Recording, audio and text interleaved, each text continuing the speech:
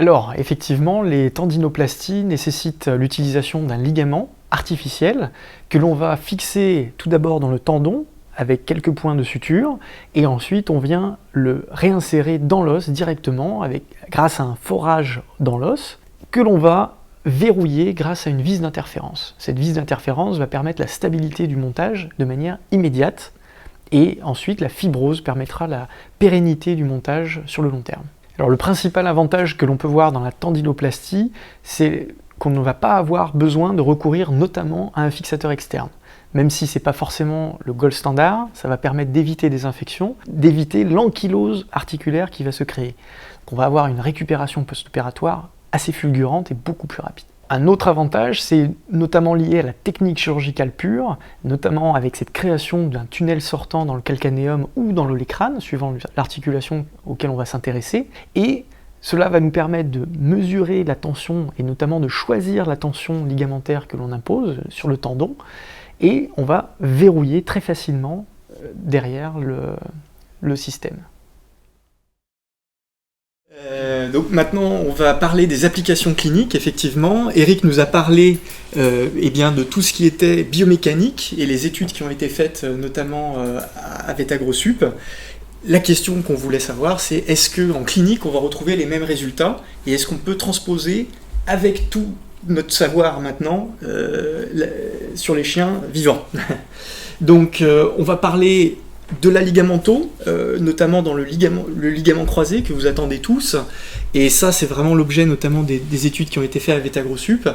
Et puis aussi on va parler de tout ce qui va être tendon. Donc on va parler aussi du tendon d'Achille, du tendon rotulien et du tendon du triceps. On va aussi parler d'une autre méthode qui a été inventée récemment pour la technique de hanche. Je me suis pas planté. Donc, du coup, les challenges que finalement Novetech avait à surmonter étaient, pour le ligament croisé, des problèmes techniques. Notamment, il fallait absolument respecter l'isométrie.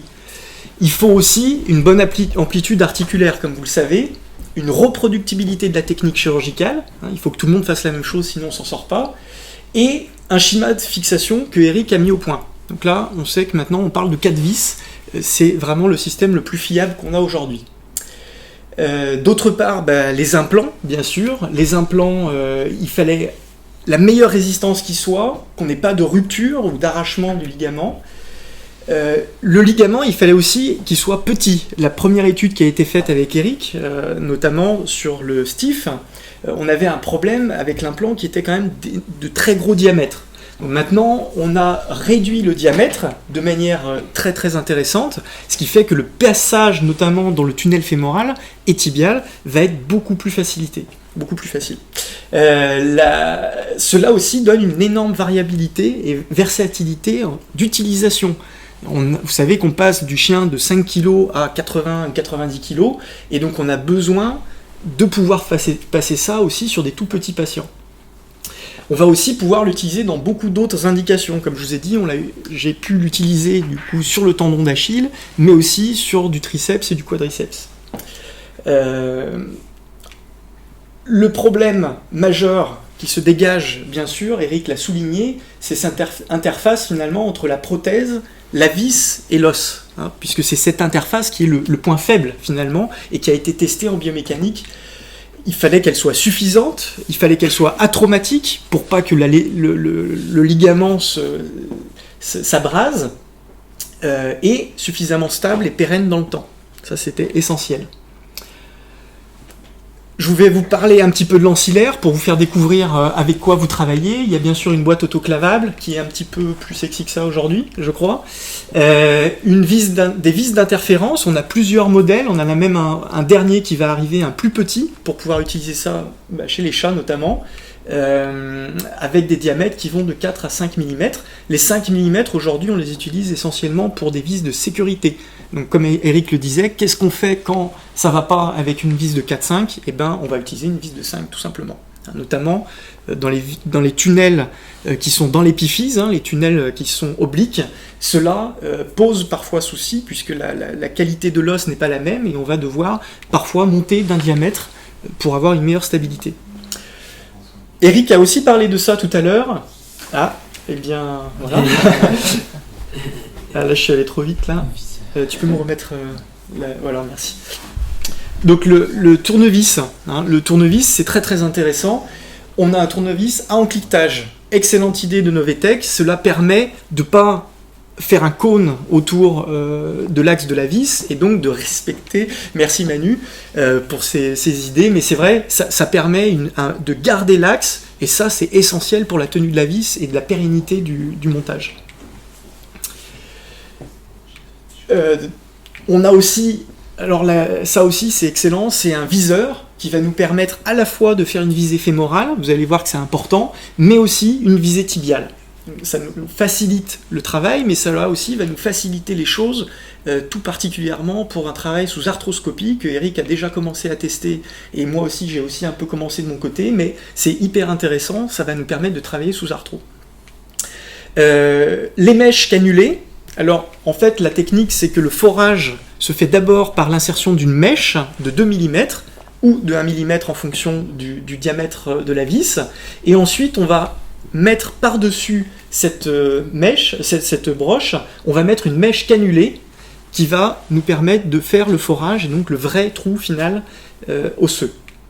Ensuite, il faut des passe-fils dédiés avec un petit tube qui permet de passer la prothèse facilement, et surtout le passe-fil, et ensuite on la récupère ici pour la sortir. Donc ça vous explique un petit peu en même temps la technique chirurgicale. On revient aux techniques et aux principes de la ligamento. Je vais aller assez vite parce qu'Eric les a pas mal traités en long et en large. Notamment, il faut évidemment avoir une restauration de la stabilité. C'est essentiel lors d'une ligamentoplastie. Donc l'ancrage devient essentiel. J'ai dit aussi tout à l'heure, c'est ce point faible qu'on essaye de vraiment mettre au point. Tout principalement parce que finalement la prothèse artificielle en elle-même est d'une résistance fabuleuse. C'est-à-dire 8000 newtons, comme le disait Eric, c'est au-delà de ces 10 fois ce qu'on a besoin en réalité. C'est ce qu'un cheval peut pas être, quoi. Voilà, donc c'est assez extraordinaire. Donc la prothèse n'est pas le problème finalement, c'est vraiment l'ancrage.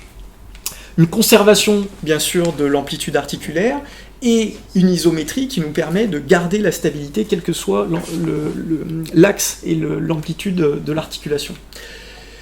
Ensuite, bien sûr, ce que l'on veut, et le souhait final, c'est de préserver de l'arthrose secondaire, et pour cela, la biomécanique doit être parfaite, et l'inflammation aussi, donc la compatibilité médicale du ligament avec la synovie doit être bonne, et ça aussi, on est en train de le tester.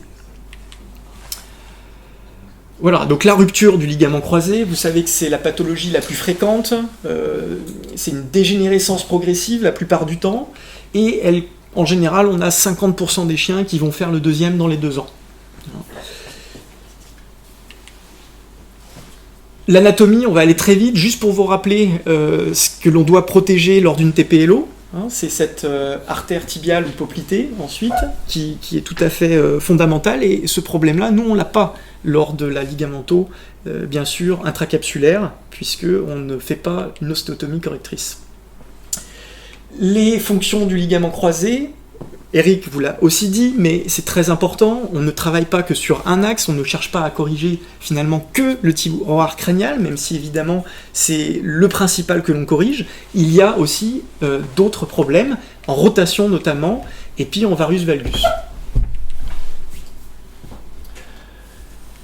Donc la fonction en humaine, notamment du ligament croisé, elle est assortie d'un point d'isométrie qui doit être au centre, finalement, du ligament croisé.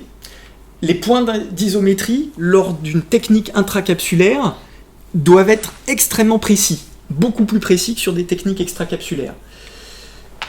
En humaine, le ligament n'est pas systématiquement et toujours en tension, pour plusieurs raisons. La première, c'est une anatomie qui est tout à fait différente, puisque le plateau tibial n'est pas incliné autant que chez le chien, raison pour laquelle d'ailleurs la TPLO marche si bien et la CBLO, parce qu'on corrige ce plateau tibial. Là, l'humain est droit sur ses bottes, et il a un plateau droit qui fait qu'on n'est pas toujours en tension.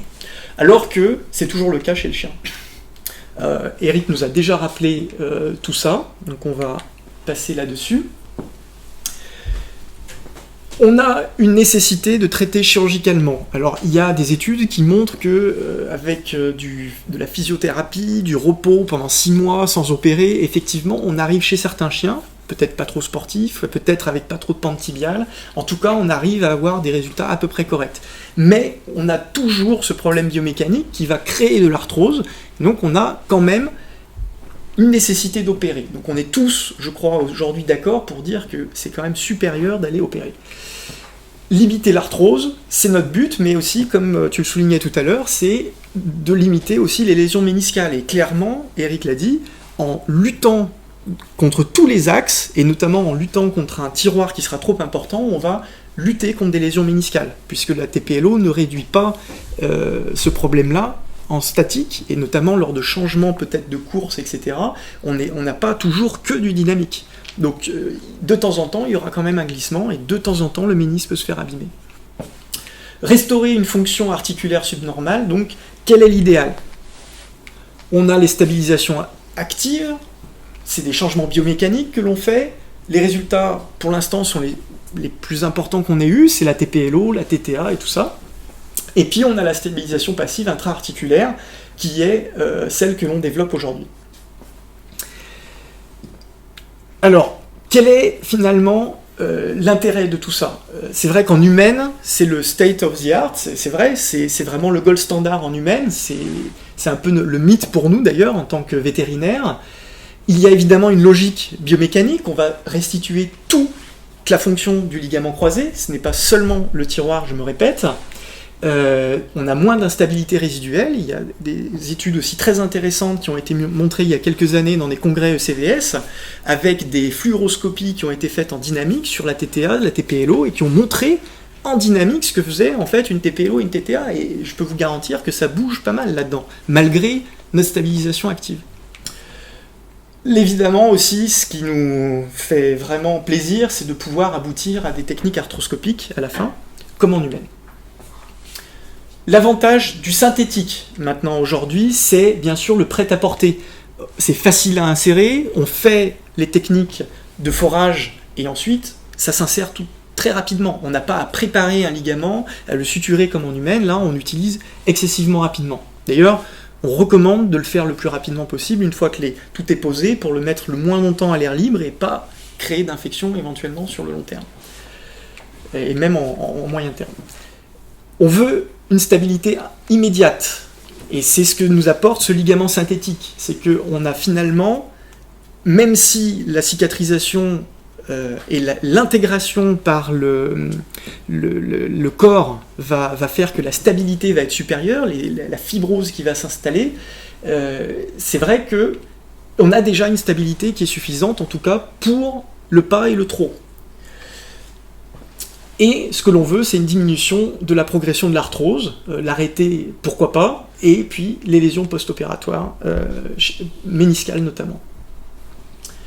Le désavantage, ça va être toujours ce même problème de point de faiblesse au niveau de l'interférence, la qualité de l'os qui pourrait être variable, éventuellement, entre les individus, le fait que l'on soit aussi dans de l'épiphyse ou dans de la corticale, ce n'est pas du tout la même densité osseuse, donc ça aussi, ça fait l'objet d'études. Actuellement, on a des problèmes d'infection éventuels, puisque ça reste du ligament tressé, et donc il ne faut pas négliger aussi cet aspect-là. L'ovalisation, Eric en a parlé du tunnel osseux, on va se retrouver avec l'os qui va s'ouvrir légèrement si on n'a pas une vis qui vient jusqu'au plateau tibial ou jusqu'au tunnel de chaque côté, c'est-à-dire à la fois au niveau tibial et au niveau fémoral. Donc ça aussi, c'est des choses sur lesquelles on est en train d'améliorer les choses. Une perte d'adhérence ou de glissement peut aller s'installer dès qu'on a une infection, puisque la résorption osseuse par l'infection va faire que l'interface est perdue. Pour prévenir toute infection, on vous recommande de travailler comme si vous faisiez une prothèse de hanche. Donc on va mettre 4 champs collés, on va mettre un grand champ, on va mettre ensuite un champ collé sur la peau, et ensuite on va même suturer le champ à la peau pour avoir 0 contact entre la peau et le ligament. Ça, c'est pour moi capital. Si vous vous retrouvez avec une infection, vous perdez tout le montage, c'est terminé. Donc les résorptions osseuses dans le temps, c'est aussi une question qu'on l'on s'est posée, et la stabilité. Donc ça, il n'y a que l'avenir et le nombre de cas qui nous fera répondre à cette question.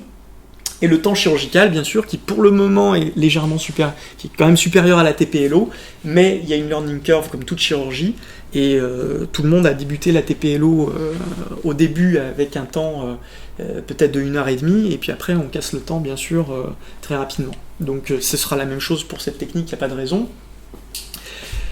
Alors là, j'ai essayé de faire une analyse critique de tous les risques que l'on peut rencontrer dans la technique chirurgicale. Donc on a fait une étude scanner à la fois sur cadavre, hein, et on a fait une étude du tunnel fémoral, du tunnel tibial. Le ligament, ça a déjà été testé par VetaGrossup. L'insertion de la vis, on doit éviter bien sûr une fracture. Hein. N'oubliez pas qu'on peut, à chaque fois qu'on met une vis, on peut quand même fracturer l'os, et notamment que ce ne sont pas des vis de petit diamètre. Donc ça, il faut y penser. La technique de pose de cette vis doit être parfaite. Et ensuite, et bien sûr, le schéma d'implantation qui a été rappelé par Eric, le meilleur montage étant à 4 vis aujourd'hui. Donc là, on a fait le tunnel fémoral dans cette étude, avec donc une étude sur cadavre aussi, qui nous montre que le point de sortie au niveau du fémur, idéalement, doit être quand même très très caudal. Et quand on a mesuré ça au scanner, on s'est aperçu qu'on arrive à 65% de cette longueur, ce qui est quand même considérable, et ce qui est relativement difficile à obtenir depuis l'intérieur de l'articulation. Il y a évidemment une petite variation interindividuelle, mais qui est relativement faible. Donc la conséquence de tout ça, c'est que on dit, parce que l'on voit, et d'ailleurs on n'est pas les seuls, les Américains qui ont bossé sur le sujet ont abouti a priori aux mêmes conclusions que nous, c'est que l'idéal serait de faire un forage depuis outside in, et grâce à l'intermédiaire du viseur. Donc si vous placez le viseur suffisamment bien en arrière, vous arriverez à sortir extrêmement caudal. N'oubliez pas que l'insertion du ligament croisé crânial ne va pas seulement s'insérer sur la facette interne, mais rappelez-vous qu'il remonte très très haut, raison pour laquelle la technique over the top avec le ligament du fascia lata, la prothèse de fascia lata qui passait à l'extérieur, repassait ici au-dessus et était fixé là-bas en haut. Hein, c'est la raison pour laquelle nous présumons que s'insérer trop crânial n'est pas forcément la meilleure des idées. Donc, on fait un forage de ce type-là. La zone d'insertion fémorale est vraiment un point d'isométrie essentiel. On a regardé, mais on n'arrive pas au même pourcentage de sortie quand on le fait en inside-out. Donc, pour faire ça en outside-in, évidemment, il faut utiliser un viseur, hein, et ce viseur nous permettra aussi de le faire sous arthroscopie. Maintenant, le tunnel tibial. Alors, il est beaucoup plus facile à obtenir, très sincèrement. L'anthèse tibiale, eh bien, il va être, on le voit ici, hein, vraiment tout à fait juste caudal en fait, à la corne crâniale du ménisque médial, hein, juste ici, et crânialement quand même à l'éminence intercondylienne médiale.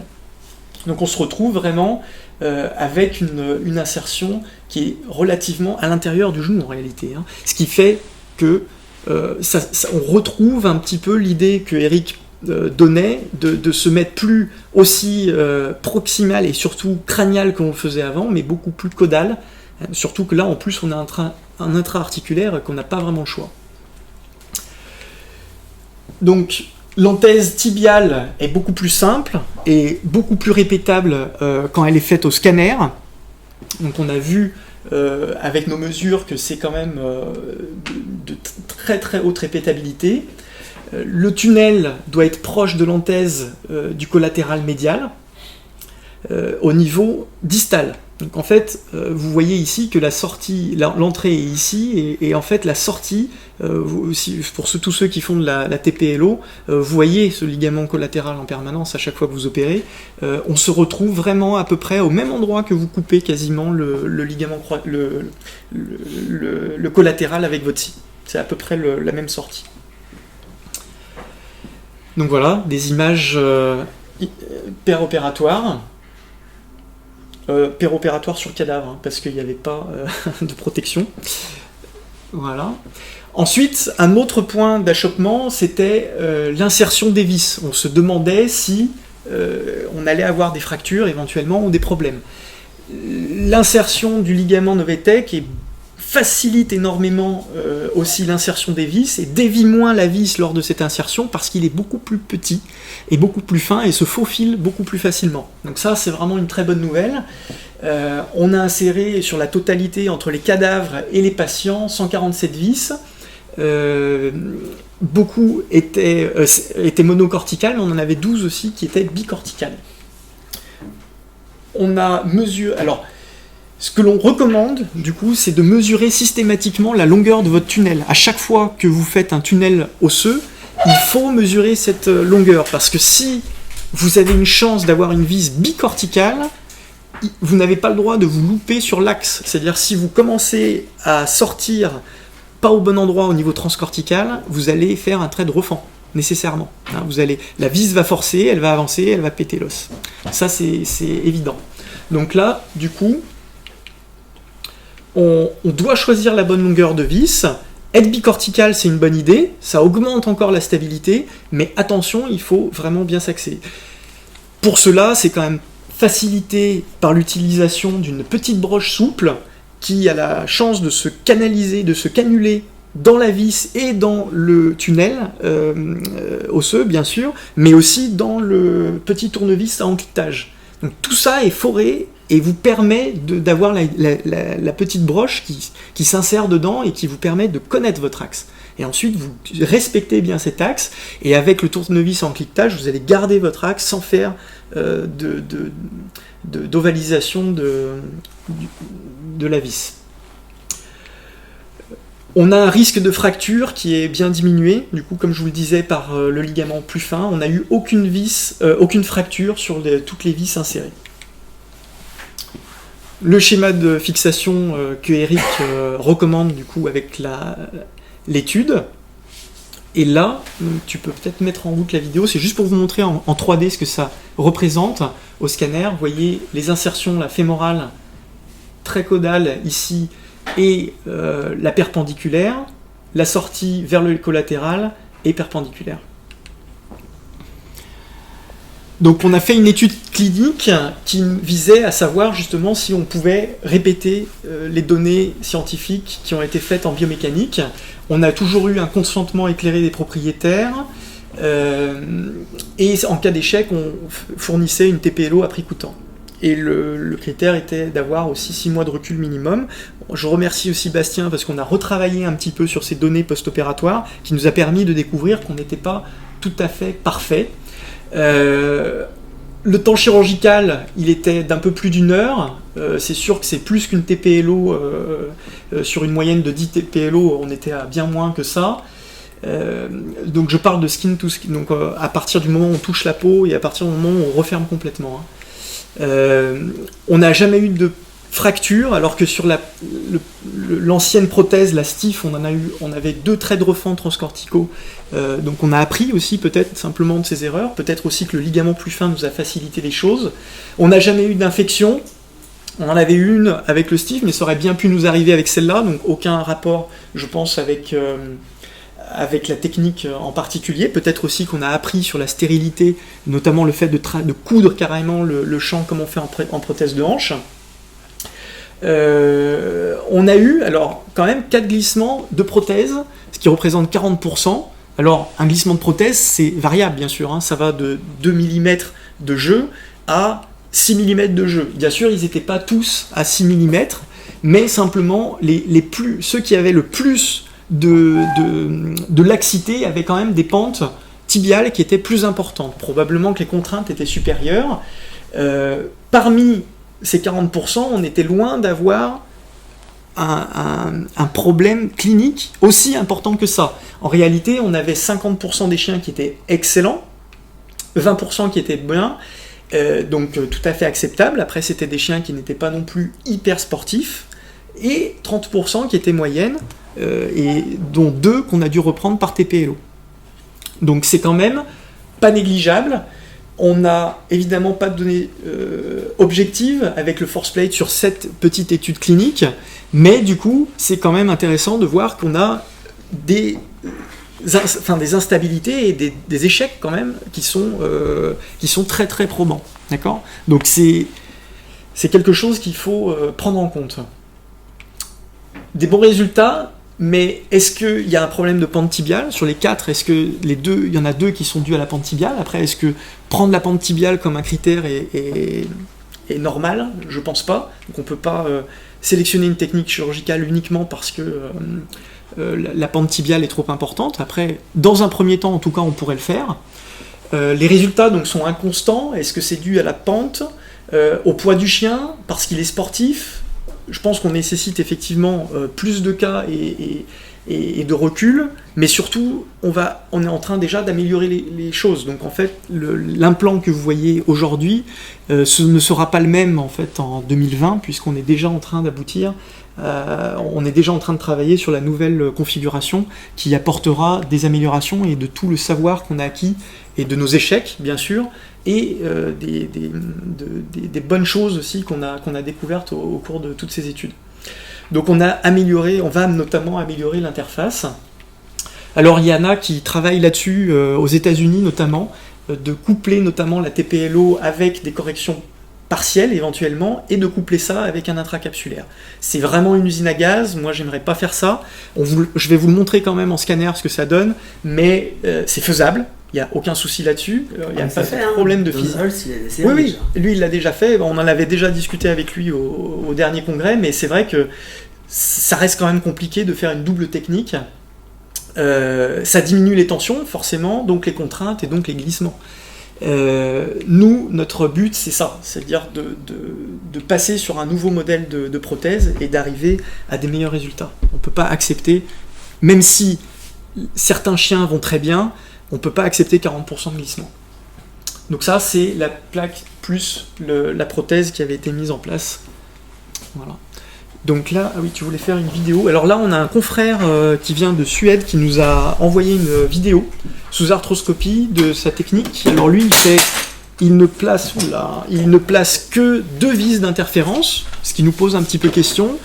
Il les pose en intracapsulaire, alors que moi j'avais fait un cas, alors qui n'est pas présenté là, mais qui présentait aussi des vis d'interférence en inside-out, et qui avait rompu la prothèse, parce que la vis n'était pas suffisamment bien, parfaitement ronde au niveau de l'extérieur, et ça avait quand même cisaillé la prothèse. Donc on avait dû le reprendre. Et donc voilà, on a quelques questions quand même par rapport à ça. Il est excellent, il a un énorme niveau ce mec là, il a quand même fait 20 ans de ligamentaux, c'est à dire que il travaille uniquement sous arthroscopie, les ligaments il les pose en 25 minutes, donc c'est vraiment une bête. Je pense qu'on a vraiment beaucoup à apprendre de lui et c'est ce qu'on est en train de faire, mais il y a aussi quelque chose qu'il fait, c'est qu'il fait des protocoles sur 6 mois de physiothérapie. Donc en fait, il fait mettre le chien sur 6 mois en laisse, ce qui est complètement... peut-être possible en Suède, je pense pas qu'en France ce soit très facile d'aller faire ça. Moi personnellement, je peux pas réaliser ça avec mes patients et les propriétaires, c'est complètement irréalisable. Mais voilà, en Suède, ils sont hyper disciplinés et ils arrivent à faire ça. Alors après, la question aussi que je posais, c'était, le problème c'est qu'au bout de 6 mois, est-ce que c'est vraiment la prothèse qui a marché ou est-ce que c'est la fibrose qui a marché ? Donc vous voyez, ici d'abord, ce qui est très intéressant, c'est le genou qui est tenu en position, en fait comme en humaine, il n'y a pas besoin de quelqu'un qui manipule le genou, tout ça est tenu de manière autostatique. Voilà la méthode qu'il utilise, vous voyez que lui aussi, il va quand même pas mal mettre de protection, bien il travaille directement comme ça. Là, il fait d'abord un coup de shaver, bien sûr, pour enlever tous les débris ligamentaires et puis permettre de voir quelque chose. Ensuite, il va passer une fraise qui va permettre de faire une notchplastie, de dégager un petit peu plus d'os, parce que, comme vous avez pu le voir souvent sur des chiens qui ont des ligaments croisés cassés, eh bien vous avez une gouttière fémorale qui à l'intérieur qui est très très fermée. Voilà, vous voyez sous arthro ce que ça peut donner avec le guide. Il positionne son guide. Ensuite, il va forer. Voilà, donc là il est en train de forer directement dans le fémur. Donc remarque aussi, lui il le fait en inside out. Donc ça pose éventuellement aussi des problèmes d'isométrie. Voilà, donc là le forage directement avec la mèche. Donc là tu peux passer. Voilà, là alors, en fait il fait le passage pour la prothèse pour être sûr que tout se passe bien. Ensuite, il passe la prothèse tout le long. Voilà. Là, il la récupère dans le tibia. Et ensuite, il va mettre ses 2 vis d'interférence.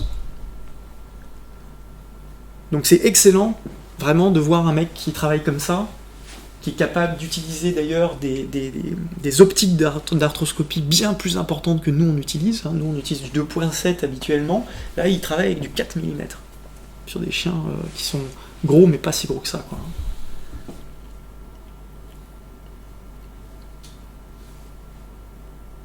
Voilà, l'insertion de la vis. La SV est ravie. Voilà. Donc vous voyez, le tournevis à enclatage Novetec qui est extrêmement pratique. Regardez comme il n'a pas besoin de bouger et il garde son axe sans problème et sans difficulté. Hop, ça c'était la petite broche de passage. Et là il coupe son ligament et c'est terminé. Voilà. Et là il teste le tiroir. A priori il est content. Et donc, voilà. Il n'en veut pas. Alors du coup... que je me pose. Ah. Ça y est. Ça y est. Merci. Donc voilà, vraiment quelque chose d'extrêmement instructif. C'est évidemment ce à quoi on doit tendre. Après, c'est pas raisonnable de proposer ça à tout chirurgien. Des chirurgiens qui sont bons en arthro du genou et qui sont capables de faire ça, il n'y en a pas encore beaucoup. Et donc, mais en tout cas, c'est excellent. C'est un but extraordinaire de pouvoir faire ça. Donc merci à lui parce que ces images sont fabuleuses. Vraiment.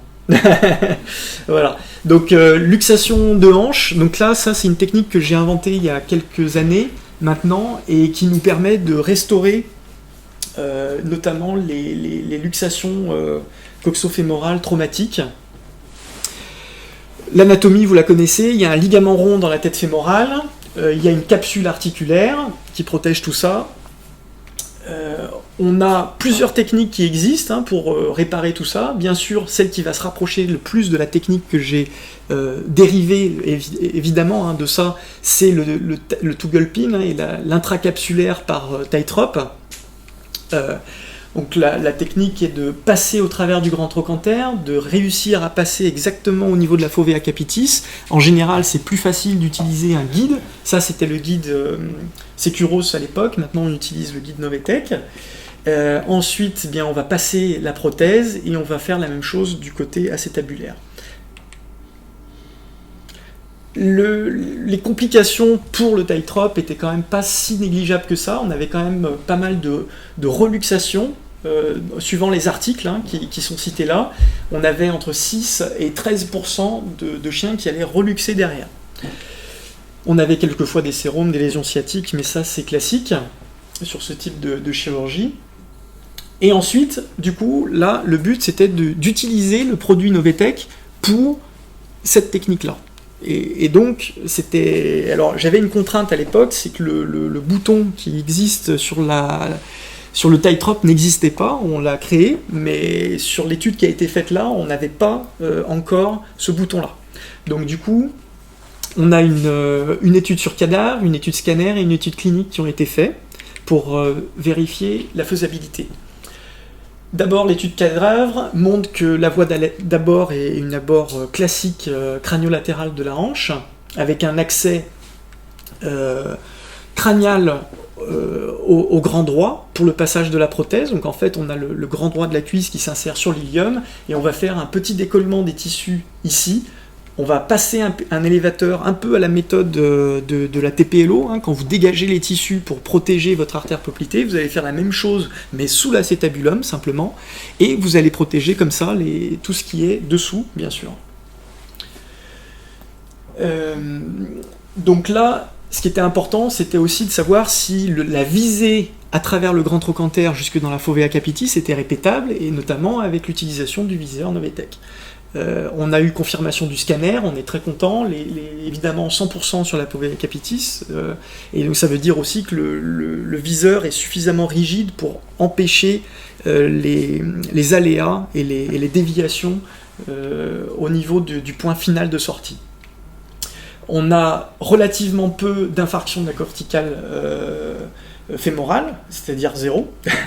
Donc ça, c'est une très très bonne chose aussi, donc on est à chaque fois parfaitement bien. Pour faire, quand même, j'insiste, ce genre de forage, il faut se mettre à la base du grand trochanter. Vous ne pouvez pas démarrer trop haut. Si vous démarrez trop haut, vous allez nécessairement être mal placé et mal positionné. Il faut respecter le col fémoral qui a un axe très précis. Le tunnel assez-tabulaire, celui-là, vous le voyez ici, on a eu confirmation qu'il était bon par les techniques que l'on a utilisées. On en a utilisé deux, une indirecte, c'est-à-dire qu'on pousse comme sur une prothèse de hanche. Quand vous voulez fraiser l'acétabulum, vous allez pousser le fémur en arrière et puis vous allez voir votre acétabulum qui se dégage, et ce qui vous permet de forer en direct. Donc d'abord la broche, puis la mèche cannulée, et ensuite vous avez votre forage. Ici, vous pouvez aussi le faire en indirect, ça veut dire que vous réduisez la broche dans le tunnel du grand trochanter, vous réduisez votre hanche. Par contre, si vous faites ça, vous devez absolument mettre le fémur à 45 degrés pour avoir un axe qui soit correct, sinon vous allez tomber sur les surfaces articulaires. Vous voyez ce que je veux dire? Donc c'est pas bon. Donc il faut absolument respecter ça. Le plus simple, bien sûr, c'est le direct. Donc là, vous voyez ici la sortie à ce niveau-là. Le tunnel acétabulaire, donc les risques qu'on a identifiés, c'était un potentiel d'ovalisation de ce forage, du coup une perte de tension, forcément, et éventuellement, par les frottements qui vont se créer par le coulissement de la prothèse à ce niveau-là, aussi une rupture potentielle de la prothèse. On a rencontré, alors l'ovalisation, ça il faudrait plus de temps et de cadavres qui ont été opérés pour pouvoir le dire. La rupture de prothèse, on n'en a pas eu, en tout cas peut-être que ça a été suffisamment, la fibrose a été suffisamment rapide pour pouvoir prendre le relais et qu'on n'ait pas besoin finalement de la prothèse, et que si elle avait voulu casser, de toute façon c'était trop tard, l'articulation était déjà stable. Voilà, donc ça c'est ce que je viens de vous dire. Et en fait, donc on a de bons retours jusque-là. Donc là, on a aussi le retour sur l'ilium, parce que la prothèse, comme vous l'avez compris, on sort au travers de l'acétabulum, mais après il faut faire un retour. Donc en fait, la prothèse, on la récupère ici directement, et ensuite on la repassera directement dans ce forage que l'on va créer juste en avant du sourcil acétabulaire, à peu près au tiers distal, on va dire, au tiers, on va dire, ventral de l'ilium. On laisse toujours, par contre, attention, une épaisseur de vis entre la corticale et votre forage, entre la fin de la corticale et votre forage. Sinon, vous avez un risque de fracture de l'os et votre vis ne tiendra pas. Le passage de la prothèse, on va utiliser des fils, donc des passe-fils, hein, bien sûr, qu'on courbe, on récupère la prothèse ici, on la passe dans le tunnel acétabulaire, et ensuite on la passe dans le forage ilium de l'autre côté. Voilà, ça donne ça donc au scanner. On a évidemment besoin d'un tunnel perpendiculaire. Pourquoi? Parce que si vous mettez dans le grand trochanter votre vis, vous avez un risque de fracture. Et en plus, l'os est de moins bonne densité, c'est-à-dire que vous êtes dans l'épiphyse, forcément, on aura meilleur temps d'aller directement faire une vis perpendiculaire dans une bonne corticale qui va vous garantir un arrachement très supérieur. Et en plus, on a vu qu'il y a pas mal d'articles qui montrent que des vis à 90 degrés vont tenir de manière 100 fois supérieure. Voilà, donc ça c'est le montage en soi, la prothèse, parce que peut-être ça pose des questions. Le passage de la prothèse passe dans le grand trochanter, il sort en arrière de l'acétabulum et vient là. Encore une fois, ça a été énormément simplifié maintenant depuis qu'on a un bouton, comme le tightrope. Et on passe ici pour faire un retour perpendiculaire ici. Donc l'étude clinique a porté sur 15 chiens avec des luxations traumatiques de la hanche, à chaque fois la même méthode que pour le ligament croisé, consentement éclairé, substitution d'une autre chirurgie à prix coûtant et 6 mois de recul. Les résultats, c'est qu'on a eu, dans tous ces chiens, il y avait 4 chiens qui avaient une dysplasie de hanche relativement marquée. On avait aussi 2 hanches qui avaient 1/4 à 1/5 de la tête qui était scalpée par frottement chronique. Donc parfois, on a opéré des chiens 3 semaines après trauma. Alors ça, normalement, en théorie, dans la biblio, on dit non, il ne faut pas faire ça, on n'opère pas. Alors le premier chien qu'on a opéré, le monsieur m'a pas trop laissé le choix, il m'a dit de toute façon c'est un chien de ferme, si je perds ce chien et je perds sa hanche et qu'il n'est pas fonctionnel, j'ai plus de chien. Et le temps de le récupérer, c'est un chien extraordinairement intelligent, c'était un border collie qui, quand on lui disait le nom du pré, il était capable d'aller au bon pré. Donc c'était hyper intelligent, on avait vraiment besoin de récupérer ce chien. Donc on a opéré malgré le tête qu'il avait 1/4 de la tête scalpée. Ce qu'il faut savoir, c'est que quand une tête se scalpe, bien sûr, c'est toujours des luxations crânio-dorsales quasiment qu'on opère, et on a en fait cette partie de la tête qui est pas en contact en réalité avec le cartilage de l'acétabulum la plupart du temps. Donc en réalité ça pose relativement peu de problèmes et on a pu en voir même en post-opératoire à plus long terme qui en fait n'ont pas du tout eu de problème particulier parce qu'ils avaient eu la tête scalpée. Donc la fonctionnalité de tous les chiens a été excellente et très précoce. Bon, le chien de ferme dont je vous parle, il l'a mis 2 semaines après, il l'a mis au pré, donc pas du tout de repos. Et le chien a tout à fait fonctionné sans problème. Donc là, c'est vraiment, c'était ultra précoce comme rééducation. 2 semaines après, il était au champ. Voilà. Et on n'a pas eu de soucis. On n'a jamais eu de récidive. On n'a pas eu d'infection à ce jour. On prépare donc les champs vraiment à nouveau comme des prothèses de hanche. On a une laxité au test de Bardens, mais pas de difficulté fonctionnelle qui s'est répercutée au niveau clinique. On n'a pas spécialement d'arthrose productive et prolifique, et bien sûr on a besoin de plus de recul pour être sûr que tout cela va bien. On est très content aussi parce que les chiens qui avaient aussi des dysplasies de hanche ont quand même très bien récupéré, et donc ça aussi c'est quand même quelque chose de bon augure parce que ça veut dire que la prothèse tient bien, une hanche qui n'est pas en bonne conformation, celui-là était magnifique, hein, c'est vraiment un pur trauma qu'il avait eu. Donc vous voyez la vis d'interférence qui vient juste en avant de l'acétabulum, ça c'est la vis perpendiculaire, vous n'avez pas l'impression qu'elle est perpendiculaire là parce que l'axe n'est pas parfaitement perpendiculaire à la plaque de radio, mais là vous pouvez le constater. La vis d'ailleurs est presque bicorticale, c'est pas gênant, au contraire ça augmente la stabilité de la prothèse. En conclusion, oui, on n'a pas eu de récidive malgré certains chiens dysplasiques. On n'a pas de conséquences notables, en tout cas, de ce forage acétabulaire, même si ça est un problème ancien, puisqu'on ne pratique plus la technique telle qu'elle. Et plus de cas, bien sûr, sont nécessaires. Et la version 2.0 était déjà en 2019, puisque tu m'as fourni les boutons déjà il n'y a pas longtemps. Voilà. Est-ce que ça va pour tout le monde? Vous suivez? Ça fait beaucoup, hein? Après, donc maintenant, on va parler du tendon d'Achille, si ça vous dit. Oui, vous avez encore un peu d'énergie.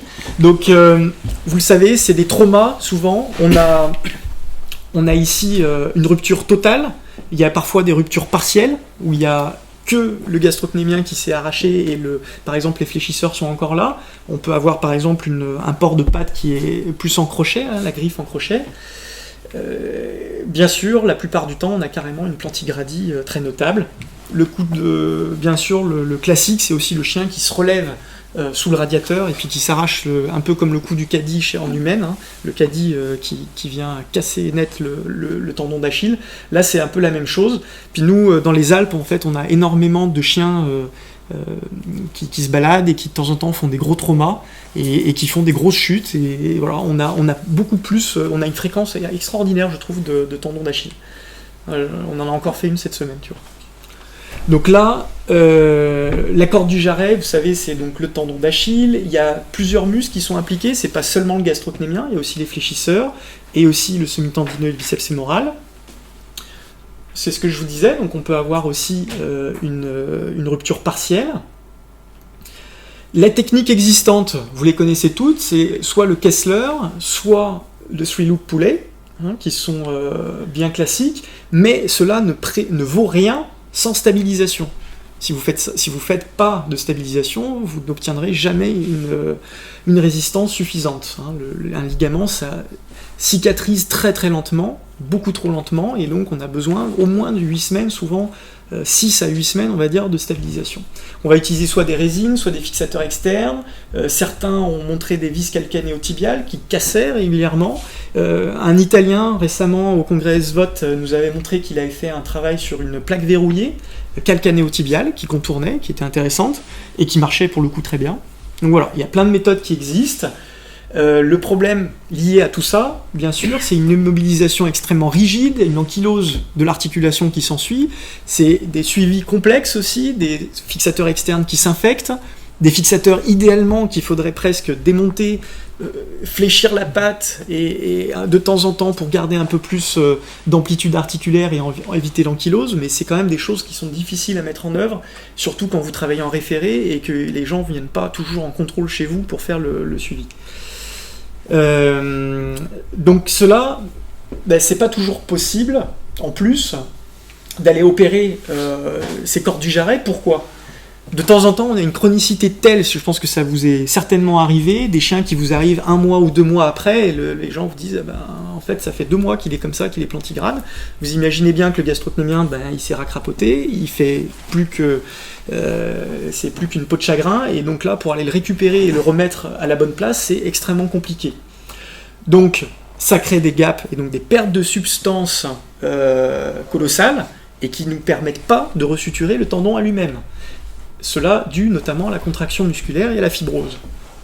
On a parfois aussi, ça c'est un autre problème, un arrachement directement à l'anthèse, voire une fracture de l'anthèse, mais avec trop peu d'os pour pouvoir faire un haubanage satisfaisant, et en fait tout va casser sinon, donc de toute façon on ne peut pas vraiment opérer de manière satisfaisante ces chiens-là. Alors il y a des techniques bien sûr qui existent, mais qui pour moi ne sont pas suffisantes et satisfaisantes. Et on a aussi des chiens, et j'en ai eu 2 ou 3 qu'on a traités de la sorte, où on a des anthésiopathies seulement. Donc des anthésiopathies, le chien boite, personne ne trouve, et vous finissez par demander une échographie, parce que vous dites, voilà, on va essayer de trouver et voir un petit peu ce qui se passe. Et finalement, on voit quand même qu'il y a un problème sur l'insertion du ligament au niveau du calcanéum. Et c'est des chiens qui souffrent, qui n'ont pas de plantigradie, loin de là, ils sont pas du tout de rupture, mais ils souffrent en permanence, et on n'arrive pas à régler ça sur le long terme. On a beau essayer le laser, on a beau essayer tout ce que vous voulez, on a beaucoup de mal. Donc ça, c'est une autre indication, qui n'est pas marquée là, mais qui est très très intéressante.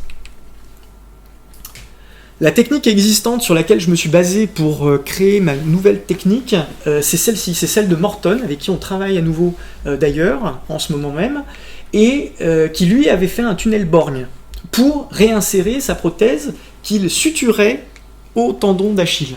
Il avait fait donc directement des sutures entre la prothèse et le ligament, sans toucher au ligament, et ensuite il essayait de réinsérer donc, dans un tunnel borgne, c'est pas forcément évident, la prothèse, et ensuite il mettait sa vis. Et après, le problème, c'est, est-ce que la tension est bonne ?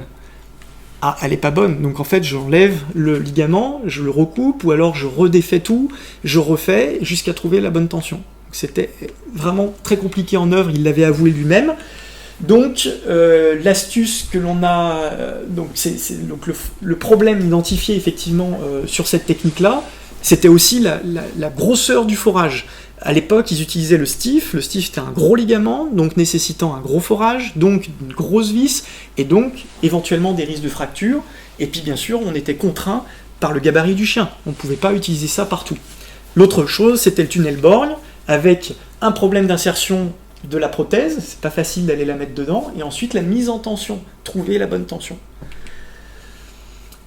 Donc, l'astuce a été de faire un tunnel sortant, donc à l'anthèse du calcanéum, au lieu de passer dans un tunnel borgne, on est sorti, et ensuite on a fait un retour perpendiculaire, augmentant ainsi du coup la stabilité de l'accroche, puisqu'en fait une vis à 90 degrés est bien meilleure. En plus, c'est une vis qui va être bicorticale, donc avec une puissance extraordinaire. Et les premiers tests qu'on a fait avec Bastien étaient assez extraordinaires au niveau de l'arrachement. Donc là, on a vraiment quelque chose qui dépasse tout ce qu'on aurait pu imaginer. Donc là, cette accroche-là est monumentale. Ensuite, eh bien, cela nous a permis effectivement de jouer avec la tension du ligament après avoir suturé, et donc là on choisit sa tension. Donc là c'est extrêmement simple. Une fois qu'on a fait les forages sortants puis perpendiculaires, on n'a plus qu'à choisir. Jusqu'à obtenir la position physiologique du chien quand il est notamment en tiroir. Donc là, une autre variante qu'on a apportée ici aussi, c'est l'insertion de la prothèse à l'intérieur du ligament. On a en fait incisé sur sa longueur de 50% du diamètre le tendon d'Achille pour pouvoir inclure vraiment la prothèse à l'intérieur du ligament. D'autre part, on utilisait jusque-là des fils de suture polypropylène, et on faisait des points simples, on en faisait 8 jusque-là. Aujourd'hui, on est plutôt partant en fait pour des fils de type... comment tu l'appelles ? Fibertech. Le Fibertech, en fait, qui est un homologue du Fiberwire d'Artrex. Et donc, on va pouvoir faire des sutures, un pattern continu, un peu comme un doigt de gant, si vous voulez, et qui va nous permettre d'inclure la prothèse de manière excessivement importante, avec des tenues à l'arrachement aussi extrêmement prometteuses. Donc le forage perpendiculaire, l'avantage, je vous l'ai dit, c'est la résistance à l'arrachement. Donc on a aussi la possibilité de cette mise en tension. La mise en tension se fait par l'intermédiaire d'une pince cochère, donc de l'autre côté, que l'on peut tournicoter à notre guise pour juger de la tension que vous voulez infliger au ligament. L'étude clinique a porté sur 10 chiens avec des ruptures traumatiques, alors, ou un arrachement de l'anthèse, ou enfin voilà, tous les cas dont je vous ai parlé. On a eu une chirurgie plus 6 semaines de résine et un consentement éclairé, une chirurgie à prix-coûtant, ce qu'on n'a jamais dû faire, et le recul de 6 mois. Les résultats, le travail était quand même un peu long, et notamment inclut aussi la mise en œuvre d'une résine. On a une fonctionnalité excellente de tous les chiens à 8 semaines, on n'a jamais eu de déhiscence, aucune fracture du calcanéum, et une infection qu'on a eue quand même, qui a nécessité le retrait de la prothèse. Après 4 mois, et coup de chance, la fonctionnalité a été conservée, on n'avait pas de lâchage en fait, de la corde du jarret à nouveau. Ça c'était la très bonne surprise, on avait vraiment peur de devoir réopérer complètement. Le problème de ce chien qui a été infecté, c'est qu'il est venu sans aucun contrôle 2 mois après, avec plein de paille dans la résine. Donc forcément, c'était pas terrible et voilà, on a eu cette infection, mais on sait à peu près pourquoi. Voilà, donc là, on va passer sur un autre thème.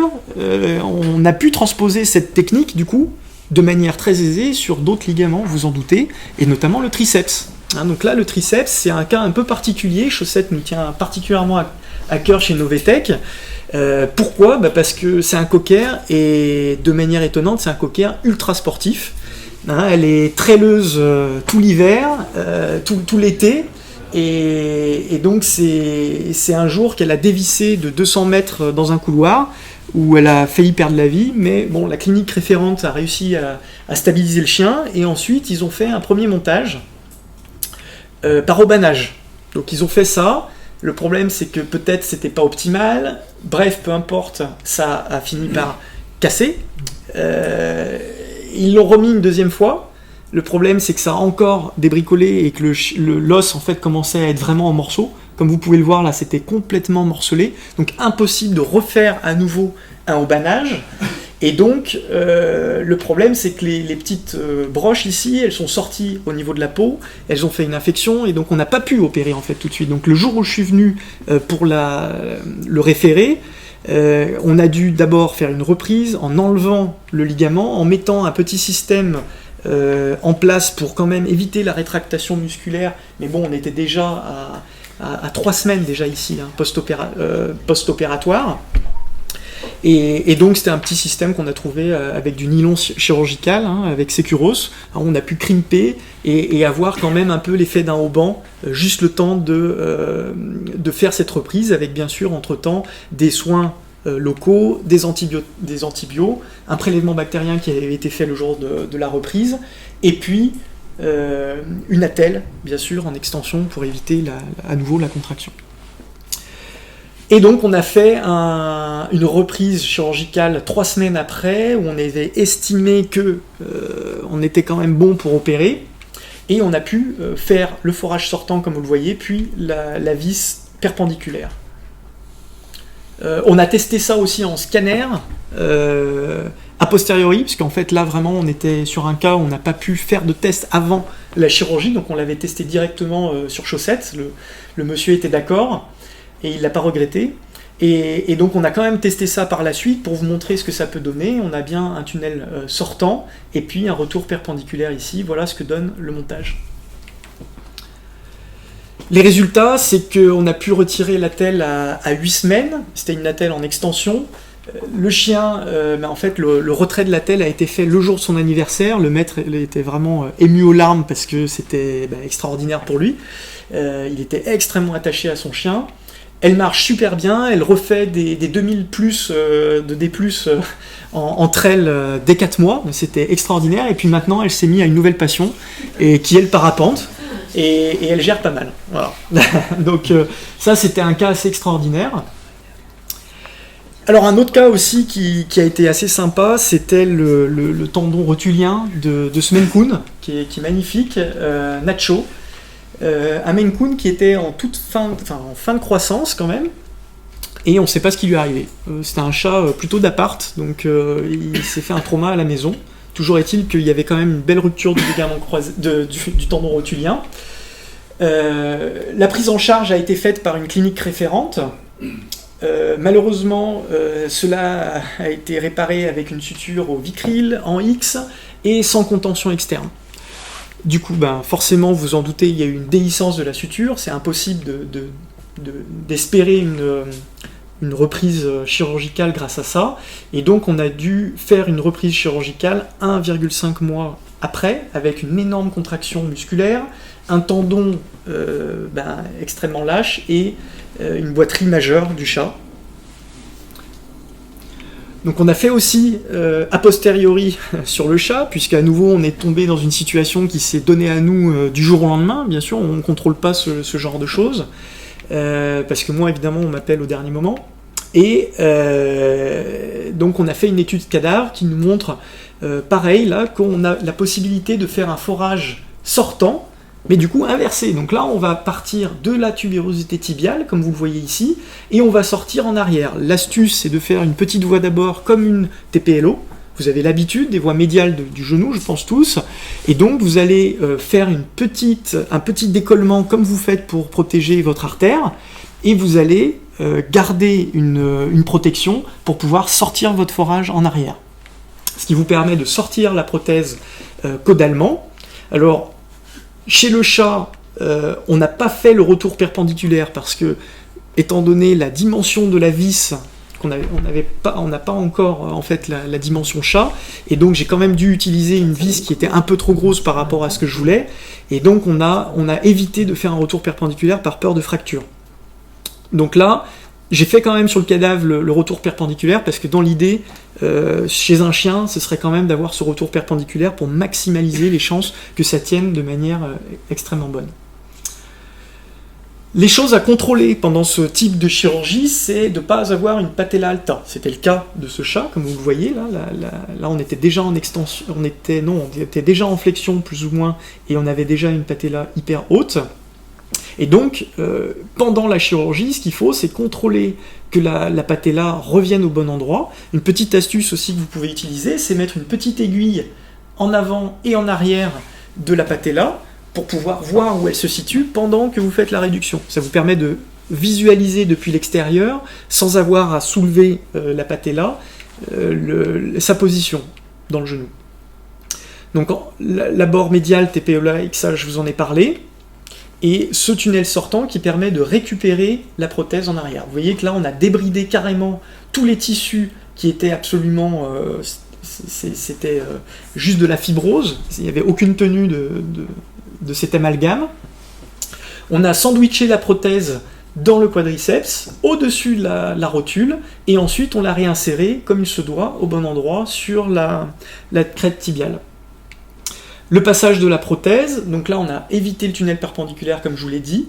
On a une mise en tension extrêmement simple, puisqu'on va tirer avec la pince cochère et entortiller la prothèse dedans, et on va juger quand on a... Alors méfiez-vous, parce que chez un chat, quand vous faites un tiroir, vous savez qu'un chat est beaucoup plus laxe, vous n'aurez pas la même tenue que chez un chien, donc il faut connaître à peu près ce que donne un chat, ou alors simplement avoir testé en préopératoire ce qu'est la patte normale d'un chat, ou sur ce chat-là notamment.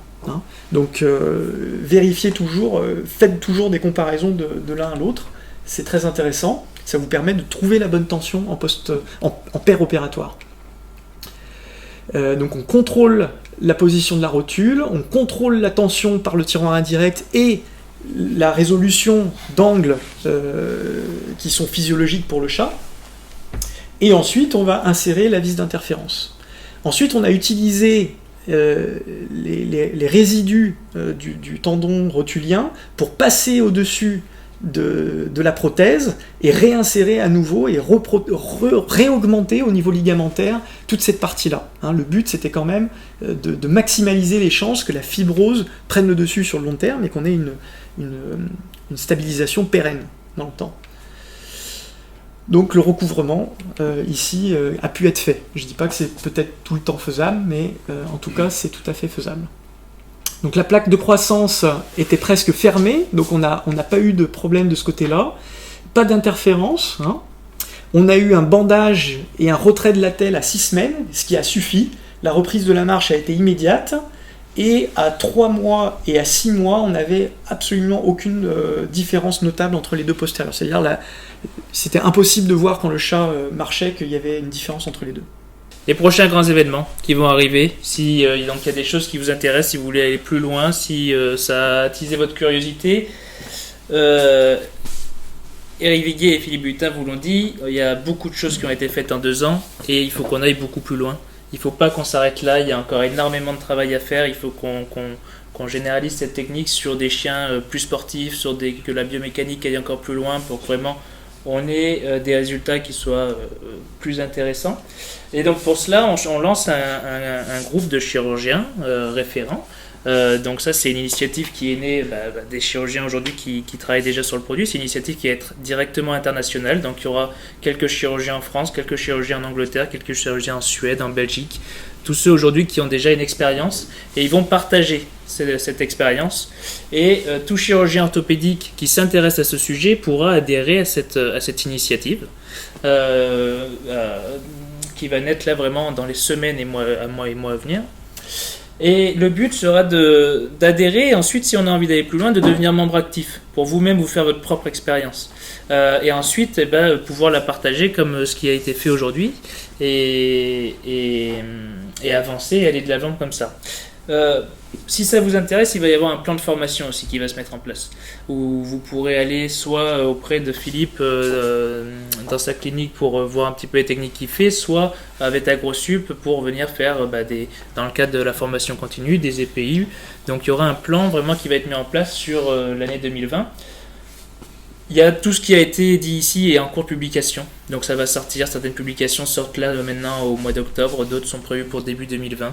Donc ça c'est des choses aussi, de par le groupe, de par les contacts qu'on aura avec vous, qu'on pourra vous transmettre.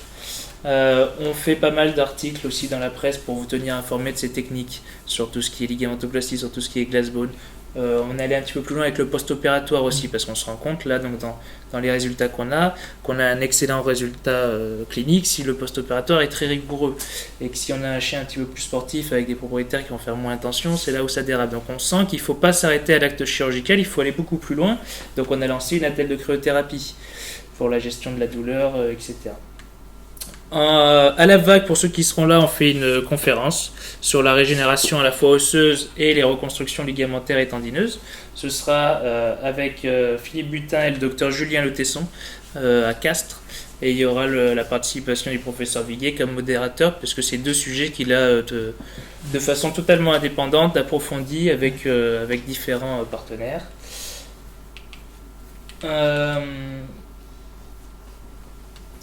Le groupe de cliniciens, c'est vraiment une initiative qui est née de vous. Je vais peut-être vous laisser en rajouter un mot, si vous voulez, sur son fonctionnement, sur la façon dont vous l'imaginez. Alors, le but, c'est d'échanger à la fois les connaissances, parce que, bon, il y a les connaissances fondamentales et purement liées à la mécanique. Ensuite, on sait que le chirurgien, sur une méthode définie, va avoir aussi sa propre expérience et sa propre dérive. Et on le voit très bien dans les techniques de réparation du genou. Si vous voyez un chirurgien faire une T-paléo et un deuxième en faire une autre, l'esprit y est, mais la façon de la faire n'est pas forcément la même. Un va opérer le genou avec la patte à plat, l'autre va le mettre vertical, un va se mettre le gig, l'autre va pas mettre le gig, un va ouvrir le genou, l'autre ne va pas l'ouvrir. Et ensuite, après, dans le choix des plaques et des vis, là encore, il y a des variations. Ça n'empêche que le résultat, globalement, concourt à peu près à la même chose, et avec des pourcentages de réussite qui sont à peu près les mêmes, et de complications aussi les mêmes. Le but d'échanger, c'est surtout diminuer les complications, et à partir d'un matériel commun, d'obtenir le maximum de ce qu'on peut faire. Et surtout, c'est pour les gens qui sont isolés, les gens qui ne vont pas forcément aux réunions, si on peut faire quelque chose qui permet de définir les informations sur un site, un blog, quelque chose qui est structuré au niveau de Novetech, ou alors quelque chose qui peut être aussi indépendant, mais qui est soutenu, parce que bon, rien ne peut fonctionner si ce n'est pas soutenu par l'entreprise, on ne peut pas le faire, hein, c'est complexe. Ensuite, ça va se faire à différents niveaux. Quand on est intéressé, on est partenaire, on utilise le matériel, et bien progressivement, on va le poser correctement si on a eu la formation. Si on n'a pas eu la formation, il est fort probable que les premiers cas, vous les mettiez mal et que ça vous refroidisse à jamais et que vous ne leur mettiez plus. Tout simplement parce que vous ne saurez pas vous y prendre, vous ne serez pas en bonne position. Avec des matériels qui est élaboré, avec des techniques qui sont pas si difficiles que ça quand on a bien expliqué, mais qui nécessitent des implantations à des sites, à des endroits bien particuliers. Il vaut mieux avoir une formation. Elle peut se faire sur pièces anatomiques plastiques, puisque maintenant c'est très à la mode, sur simulation, mais ça n'empêche qu'il y a des voies d'abord, il y a des choses, et qu'il y a besoin d'une remise à niveau pour certaines personnes. Pour d'autres qui sont déjà des gens qui sont très rodés, qui font des techniques très abouties, on peut peut-être encore y arriver sur des os en simulation, mais on a prévu de faire les deux. Donc une formation qui serait d'abord au cours d'une formation avec de l'os plastique, synthétique, qui va permettre de pouvoir manipuler et surtout prendre connaissance et apprendre à utiliser le matériel, utiliser les outils, le viseur, etc. C'est-à-dire se représenter dans l'espace. Puis une fois qu'on a bien la maîtrise de l'outil, on va se concentrer sur la mise en place, sur la pièce anatomique sur le cadavre. Et là, on n'a plus besoin de se soucier comment on va prendre le tournevis, comment on va mettre la vis, parce que ça sera déjà dans la main. Le chirurgien a toujours le souvenir de l'outil qu'il a dans la main. Et il peut contrôler la force, il peut contrôler tout ça, parce qu'avec l'expérience qu'on a, on l'a appris sur les années antérieures. Ça, c'est les choses qui sont importantes pour les gens qui sont partenaires. Ensuite, tous les implants qui seront placés par les partenaires. Eh bien, Novetech a pour chaque série, chaque lot, un numéro. Pour chaque vis, tout ça c'est connu. Eh bien, vous faites votre compte rendu, et on sait que tel chien, il faisait tant de kilos, il a eu telle vis. Vous avez peut-être préféré mettre une vis de 5, l'autre aura peut-être mis une vis de 4. Le ligament, la gamme, elle est connue. Pour le moment, on a du 8000, mais peut-être qu'il y aura du 4000. Et il va falloir avancer sur des chiens plus petits, vous voyez. Donc tout ça, c'est une évolution qui est de toute façon incontournable. La question, c'est pourquoi il y a du 8000 ? Parce que ça passe bien, ça tient bien à l'heure actuelle, et ça, on le sait. Le ligament est terriblement solide par rapport à ce qu'un chien a besoin. Mais avec cette vis-là, qu'est-ce qui tient bien dans l'os ? Maintenant, il va falloir on peut peut-être sous-dimensionner, mais il va falloir qu'on travaille encore sur sa fixation, tant qu'on ne sera pas au point. Mais peut-être que ce ligament de 4000, il ira sur un chien de gabarit un petit peu plus petit, en dessous du cocker, peut-être encore en dessous du bigle, peut-être, pourquoi pas le caniche, on va descendre. Et pareil sur les vis, quand on a des vis, là, vous voyez 4, 3. Il y a une demande de toute façon dans les pays qui utilisent des petits chiens. Vous êtes en France, vous allez à Lyon, on a des clébards comme ça. Vous allez à Paris, les chiens ils sont de plus en plus petits. Moi, mes enfants habitent à Paris, ils ont des chiens, ils sont comme ça. Hein. Donc vous allez vous retrouver en clientèle à opérer des chiens qui sont quand même relativement petits. Donc là, on va beaucoup progresser de ce côté-là. Donc pour les gens qui sont donc partenaires, les ligaments vont être enregistrés, les chiens sont enregistrés, on saura exactement ce qu'ils ont fait et on va pouvoir avoir une bonne idée des résultats, non pas d'un vétérinaire, mais en poulant la population pour savoir exactement nos performances, comment on peut les améliorer. Et on verra qu'il y a des groupes qui améliorent et d'autres qui n'améliorent pas. Il faut aller chercher dans ces groupes pourquoi c'est meilleur. Est-ce qu'ils sont meilleurs dans le post-opératoire? Est-ce qu'ils sont meilleurs dans l'implantation? Avec ce qu'on a donné comme information. Exactement ce qu'a connu l'AO, l'association d'orthopédie, à sa création en 1975 et qui a progressé non pas sur 2-3 ans, mais à l'heure actuelle on est arrivé à maturité sur l'ostéosynthèse et on ne voit plus guère d'évolution. Et ce progrès s'est fait entre 75 et 85. Et c'est là vraiment qu'on a eu le progrès au niveau de l'ostéosynthèse. Puis après, on s'est rendu compte qu'il y avait des limites. Il y a des chirurgiens qui ont dit, bon, on peut faire mieux. On est passé des plaques normales aux plaques DCP compressives, puis après des plaques verrouillées. Et là, on a un plafond parce que franchement, on ne sait pas trop comment améliorer. Bien encore comment améliorer parce qu'ils font maintenant des plaques verrouillées qui sont polyaxiales. Mais je pense que là, on est arrivé au bout. Et la place maintenant dans l'orthopédie, ça plafonne au niveau de l'ostéosynthèse, mais il y a un grand trou au niveau du ligament. Et au niveau du ligament, à l'heure actuelle, on est très pauvre. Et c'est vraiment là qu'on doit progresser sur la réparation des ligaments et la réparation des tendons. Quand vous avez une rupture d'un collatéral médial, à l'heure actuelle, on est sacrément embêté pour le réparer. On bricole avec des encres, on ne sait pas trop où les placer, on ne sait pas trop comment les mettre. Et on a de la rupture, on ne sait pas trop. Alors on répare le ligament, on remet une grosse attelle par-dessus ça. Vous le savez, vous le faites au quotidien, je le fais aussi. Et je pense qu'on peut faire beaucoup mieux. Évidemment, il y aura des gens à ce niveau-là qui auront dépassé. Si vous en avez mis une centaine, ce sera des experts. Ils seront largement aussi bons que tous les experts qu'on va avoir au niveau européen. Et là, ces gens-là, bien, ils pourront participer au développement de nouvelles choses de fixation au niveau de l'épaule, de nouvelles choses. Là, on ne sait pas faire encore à l'actuel. Quand vous avez une instabilité de l'épaule, une luxation de l'épaule, on est très embêté. Et on a bien des techniques, mais elles sont compliquées, ça va pas bien. Si on a un ligament qui se met bien, on met une vis, hop, on le bloque, c'est plié avec la vis, ça se pose vite. Vous avez vu le chirurgien 25 minutes quand il fait son ligament croisé sous arthroscopie, c'est remarquable. Et bien on peut arriver à réparer une épaule, 2 tunnels, un ligament, 2 vis, ça tient. Et c'est ça. Et pareil pour un tarse. Et on sait qu'on a des tarses, on en a sur des chats, des luxations de tarses. Et bien on peut arriver avec un ligament plus petit, des petites vis d'interférence, à réparer ça. Et je pense que le progrès, grâce à ce matériel-là, en améliorant les outils, on va arriver à dimensionner ça pour que ça soit parfaitement utilisable chez un chat de petite taille. Bon, Philippe, il a fait un chat, des Maine Coon, on n'a quand même pas si souvent que ça. Hein. Nous, on a quand même plutôt des chats qui font entre 3 et 5 kilos. Hein.